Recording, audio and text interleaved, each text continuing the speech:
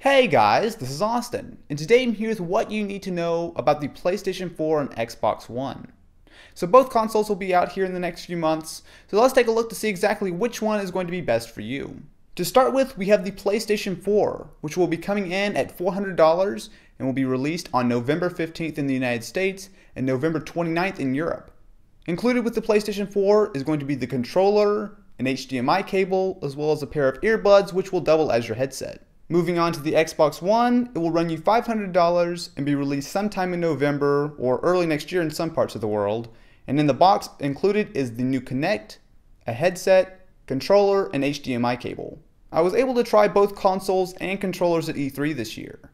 The new DualShock for the PlayStation 4 is a major improvement over the last version, as not only is it a little bit bigger, but more importantly it's a lot more ergonomic, so it's much closer to the Xbox 360 controller than the PS3.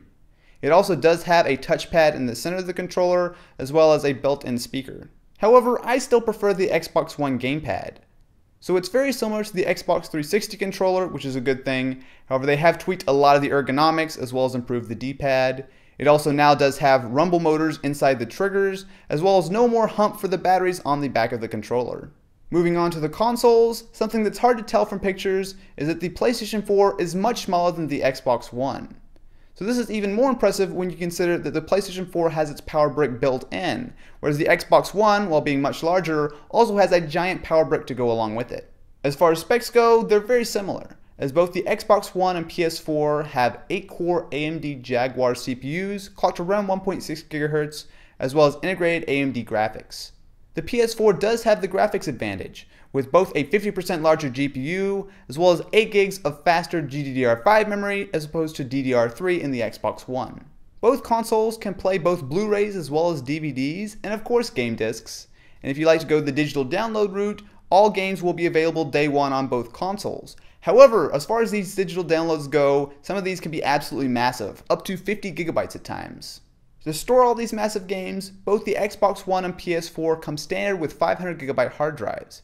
However, just like with the PS3, the PS4 does have a user replaceable hard drive, so if you like, you can swap that out with something else. As far as motion controls go, like I said earlier, the Xbox One does come standard with Kinect. However, it is not mandatory and you do not even have to plug it in if you don't want. Now the PlayStation 4 does have the PlayStation 4i, and that is actually an optional accessory which will run you about $60. Unfortunately, there's no backwards compatibility, so you won't be able to play your 360 or PS3 games on your new console. However, Sony does have Gaikai streaming planned for the PS4, which would allow you to stream PS3 games online. However, this is just a plan, and we'll see if it ever actually shows up. In this generation, online gaming is going to be paid both on the Xbox and the PlayStation. So that, of course, would be Xbox Live for the Xbox One and PlayStation Plus for the PlayStation 4. Now these are going to run you $50 for PlayStation Plus per year and $60 for Xbox Live per year, and both of these services do come with free games every month.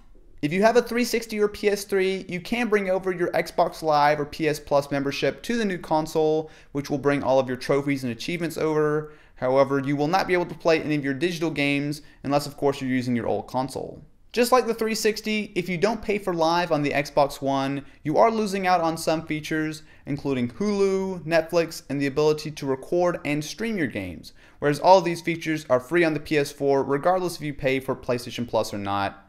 However, the Xbox One does have an NFL app as well as Skype built in. Alright, so that was a lot of information. So basically right now, at least on paper, the PS4 is looking solid, as not only is it smaller, but it's also more powerful and $100 cheaper than the Xbox One. However, next time I will go over the games, which of course is a huge reason why you might want to buy the PS4 or the Xbox One. But definitely be sure to let me know what you guys think. What are you leaning towards? PS4, Xbox One, pros, cons, all that kind of stuff? Definitely be sure to let me know what you think in the comments below.